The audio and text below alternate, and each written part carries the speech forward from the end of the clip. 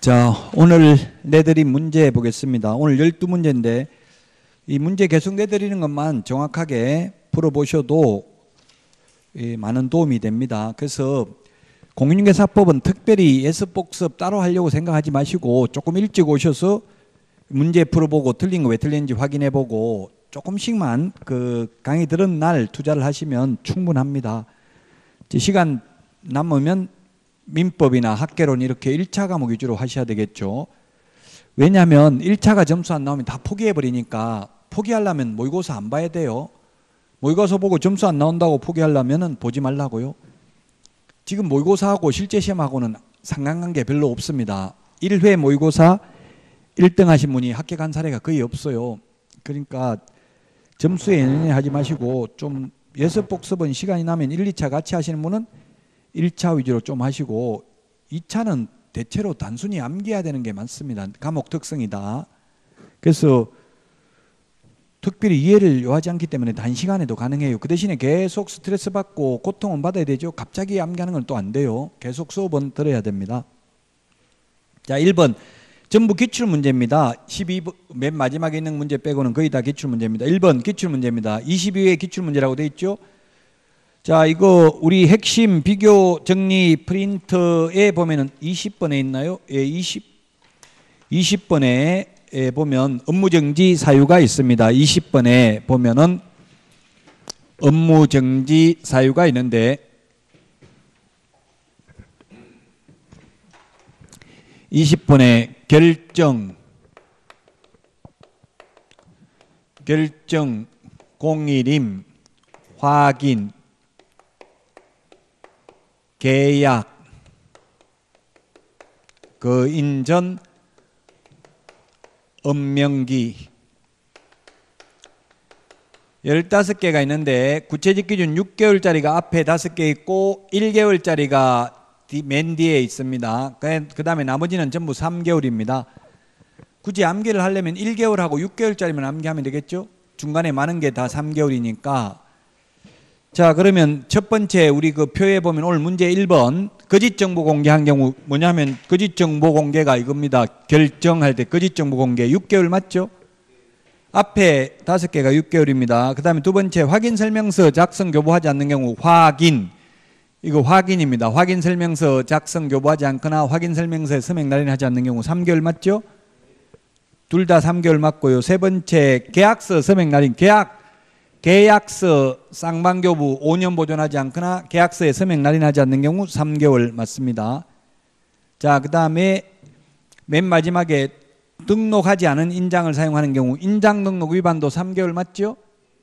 자, 그래서 결정 공일임 6개월입니다. 앞에 우리 핵심 비교 정리 프린트 20번 확인, 계약, 거인전, 업명까지 3개월 기타 등등 그 밖에 이 법 또는 이 법에 의한 명령 위반은 1개월입니다. 우리 핵심 비교 정리 프린트 20번에 있습니다. 다시 한번 보면 결격 사유에 해당되는 직원을 2개월 이내 그 사유를 해소하지 않는 경우 정보 거짓 공개한 개업공개사 독점 규제 및 공정거래법 위반으로 시정조치나 과징금을 한 번이라도 받은 경우 그 다음에 1년 이내에 최근 1년 이내에 2회 이상 업무정지 또는 과태료 처분을 받고 또다시 과태료에 해당하는 위반 행위를 한 때 그 다음에 임은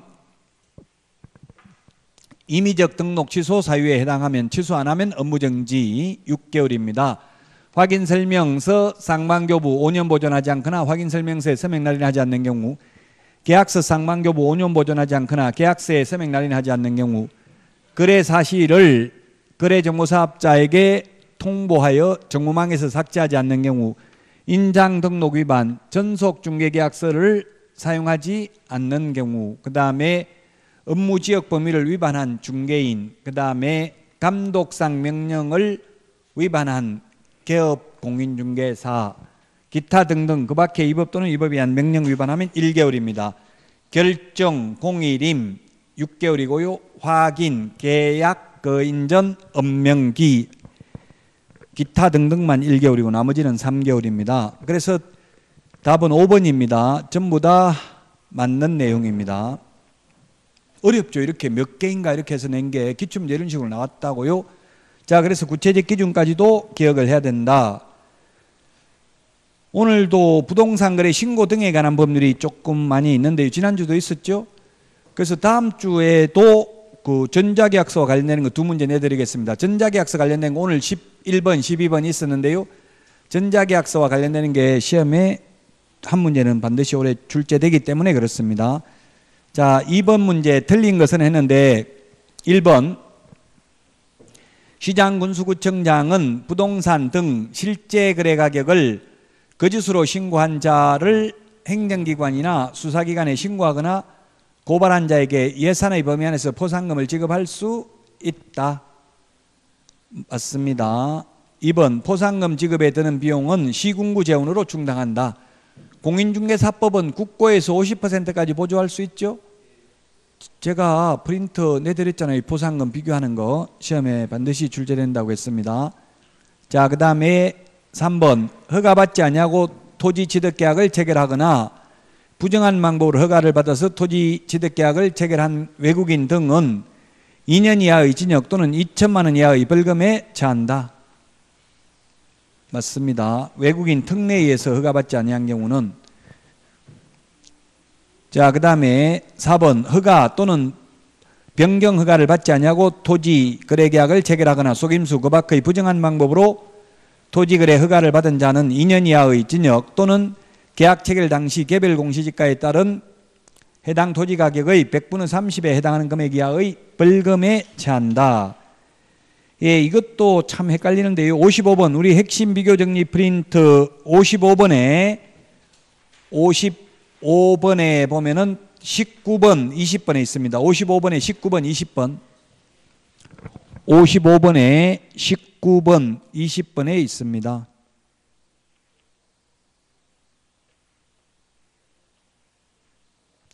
이게 뭐냐면 일반 허가구역에서 우리 지정된 허가구역에서 허가 받으면 2년 이하의 징역이나 100분의 30에 상당하는 금액 이하의 벌금인데 외국인 토지 취득 특례에 따라서 외국인이 군문자야 군사기지 및 군사시설 보호구역 등에서 허가받지 않는 경우는 2년 이하의 징역이나 2천만 원 이하의 벌금입니다. 55번에 19번, 20번 잘 구분하셔야 되겠습니다. 5번이 답입니다.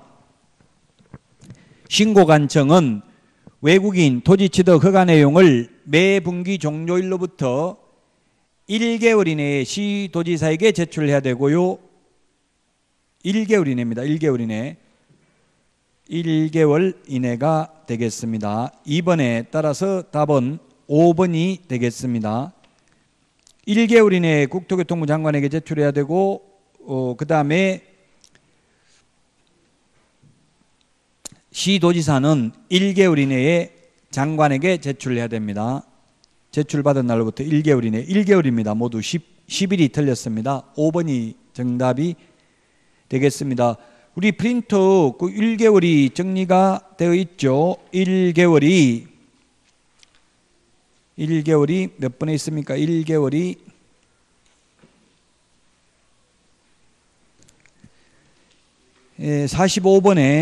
45번에 동그라미 12번, 13번에 있습니다. 12번, 13번. 45번에 12번, 13번에 있습니다. 1개월 이내에 밑줄 치놓으세요. 45번에 12번, 13번.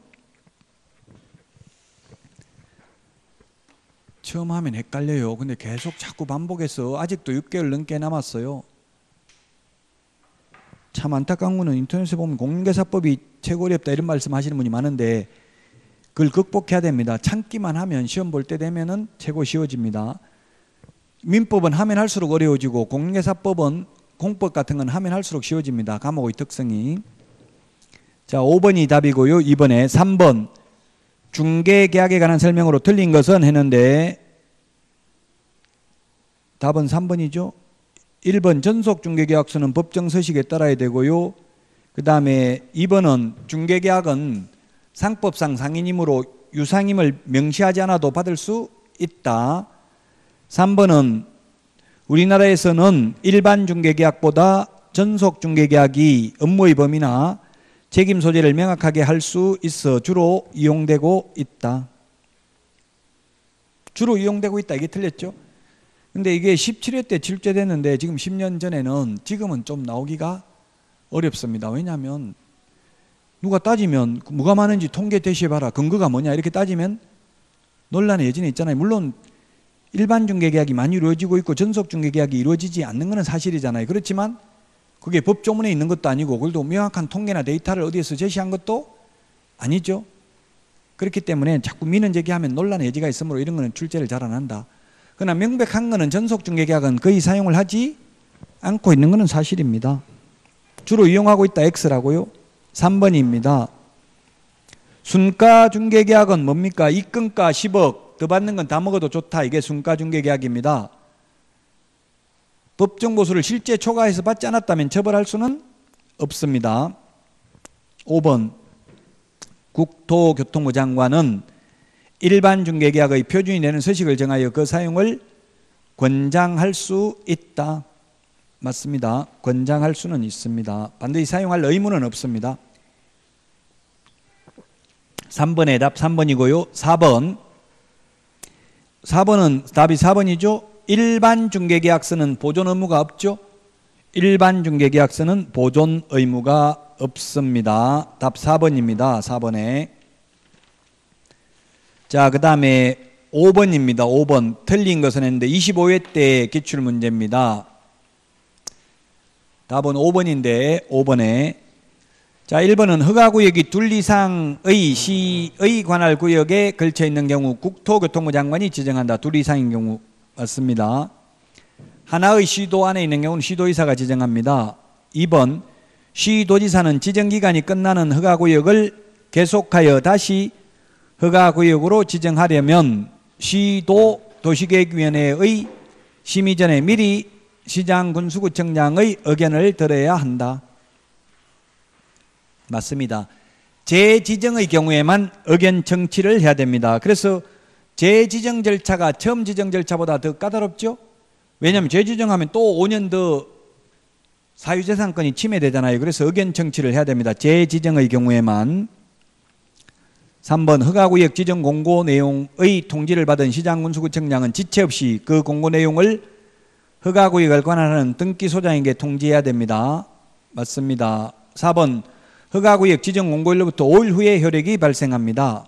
5번 국토교통부 장관은 허가구역의 지정사유가 없어졌다고 인정되면 중앙도시계획위원회의 심의를 거치지 않고 허가구역 지정을 해제할 수 있다 했는데 심의 거쳐야 됩니다. 5번입니다. 지정 절차, 해제 절차, 축소 지정, 재지정 다 똑같습니다. 절차가. 다만 재지정의 경우에는 심의 전에 도시계획위원회 심의 전에 시장군수구청장, 시도의사 의견 청취를 해야 됩니다.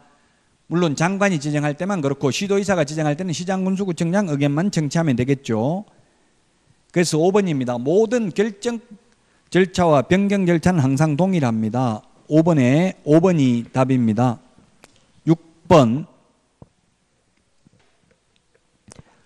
허가 기준 면적입니다. 답은 5번이죠. 허가받아야 되는 기준 면적. 이 허가받아야 되는 기준 면적도 이게 공법에 출제됐던 겁니다. 출제됐다고 되어 있는데 이 공인중개사법이 아니고 2017년 1월 19일까지는 공법에 있었던 내용이죠. 핵심 비교 정리 프린트 32번에 보면 있습니다. 32번에 보면 나와 있는데 주거 18, 180제곱미터 초과 허가받아야 되고요. 상업, 상노미 200 초과 허가받아야 되고요. 066, 660 초과하는 경우 허가받아야 되고 녹차 T100, 100제곱미터 초과 허가받아야 되고요. 미지정, 미식축구, 미간지구 90제곱미터라고 했죠. 초과하면 허가받고 이하면 허가 안 받습니다. 자, 그래서 답은 5번이 되겠습니다. 그 다음에 7번 불허가 처분을 받았을 때 청구해서 매수하는 가격은 공시지가, 선매 가격은 감정가격이라고 했죠. 선매 가격은 감정가격, 불허가 처분을 받았을 때 청구해서 매수하는 가격은 감정가격. 다만 토지거래 허가신청서에 기재된 금액이 감정가격보다 낮은 경우에는 낮은 가격이 있으면 낮은 가격으로 매수합니다. 8번 틀린 것은 했는데 답은 5번입니다. 자진신고한 날부터 과거 1년 이내에 자진신고를 하여 2회 이상 가태료의 감경 또는 면제를 받은 경우 가태료를 감경 면제하지 않는다. 2회가 아니라 3회입니다. 우리 핵심 비교 정리 프린트 47번에 나와 있습니다. 47번 핵심 비교 정리 프린트 47번에 보면은 3회라고 돼 있죠. 3회. 그래서 8번에 5번이 답이 되겠습니다. 자, 그 다음에 9번입니다. 9번. 틀린 것은 했는데 답은 5번이죠. 5번. 자, 이게 부동산 거래 신고 거짓으로 신고한 경우에는 취득세 3배 이하 가태료였는데 지금은 취득세 3배가 아니라 취득가격의 100분의 5 범위 내에 있습니다. 13번 우리 핵심 비교 정리 프린트 13번 맨 밑에도 있습니다. 핵심 비교 정리 프린트 13번 맨 밑에 있죠. 13번 맨 밑에 보니까 5% 가태료 이렇게 돼 있잖아요. 5% 이하 100분의 5 이하입니다. 모두 우리 공인중개사법에서는 공인중개사 전 시험 과목은 모두 이하지 이상은 없습니다. 다 이하입니다. 자, 그래서 5번이 답이고요. 10번은 틀린 것은 답이 3번입니다. 거래 지분 비율, 면적 세 가지는 정정도 가능하고 정정 신청도 가능하고 변경 신고도 가능합니다. 면적, 거래 지분 비율 세 개는 정정 변경이 모두 가능합니다. 그래서 답 3번이고요. 11번, 12번 이게 올해 작년까지 없던 내용이라고요. 올해 처음으로 시험에 반영되는 부분입니다. 그래서 이 전자계약 시스템에 대해서는 다음 주에도 2문제 내드리겠다고요. 계속 2문제씩 해가지고 10문제 제가 내놨어요. 1번 틀린 것은 했는데 부동산 거래 전자계약 시스템은 여기 어디 있냐면 여러분들이 인터넷에 부동산 거래 전자계약 시스템 치보면 홈페이지가 나와요. 그 홈페이지 자주 하는 질문에 나와 있는 내용입니다. 이 전자계약 시스템은 부동산 거래를 종이계약서 대신 온라인상 전자방식으로 계약하는 시스템이다. 맞습니다. 2번 거래 당사자는 반드시 본인 명의의 휴대전화를 지참해야 된다. 맞습니다. 본인 휴대폰 없으면 안 됩니다. 대리인도 안 됩니다. 3번 전자계약 시스템에 회원으로 가입한 중개사무소에 하나여 전자계약을 체결할 수 있습니다. 거래 당사자 직거래인 경우 전자계약 안 됩니다. 4번 다만 5번이 답인데 거래 당사자는 회원가입 안 해도 됩니다. 개업공개사는 회원가입해야 되고요. 4번 전자계약 시스템으로 계약 체결이 가능한 중개업소는 홈페이지에서 조회가 가능하다. 홈페이지가 뭐냐면 부동산 거래 전자계약 시스템 치면 홈페이지 나와요. 인터넷에. 그래서 이 조회를 해가지고 임차인, 매수인 스스로 찾아오는 경우가 있다. 자, 그래서 답 5번이고요. 12번 틀린 것은 했는데 부동산 전자계약이 가능한 지역 제한이 있다. 1번이 답입니다. 원래 처음에 실시할 때는 서울 서초구부터 시범 실시를 했고요. 지금은 전국적으로 다 가능합니다. 1번이 그래서 틀린 정답이고요. 2번 부동산 종류의 제한 없이 전자계약이 가능하다. 예, 매매든 임대차든 오피스텔 아파트 다 가능합니다. 그래서 2번 3번 맞고요. 4번 개인 간 직거래 시에는 이용할 수 없고 중개거래만 이용할 수 있습니다. 5번 거래 당사자가 법인인 경우에도 이용할 수 있습니다. 개인은 회원가입을 안 해도 되는데 법인인 경우는 물론 회원가입은 해야 됩니다. 그래서 12번의 답 1번이 되겠습니다. 자, 여기까지 하고 5월 달에 다시 찾아뵙도록 하겠습니다. 수고하셨습니다.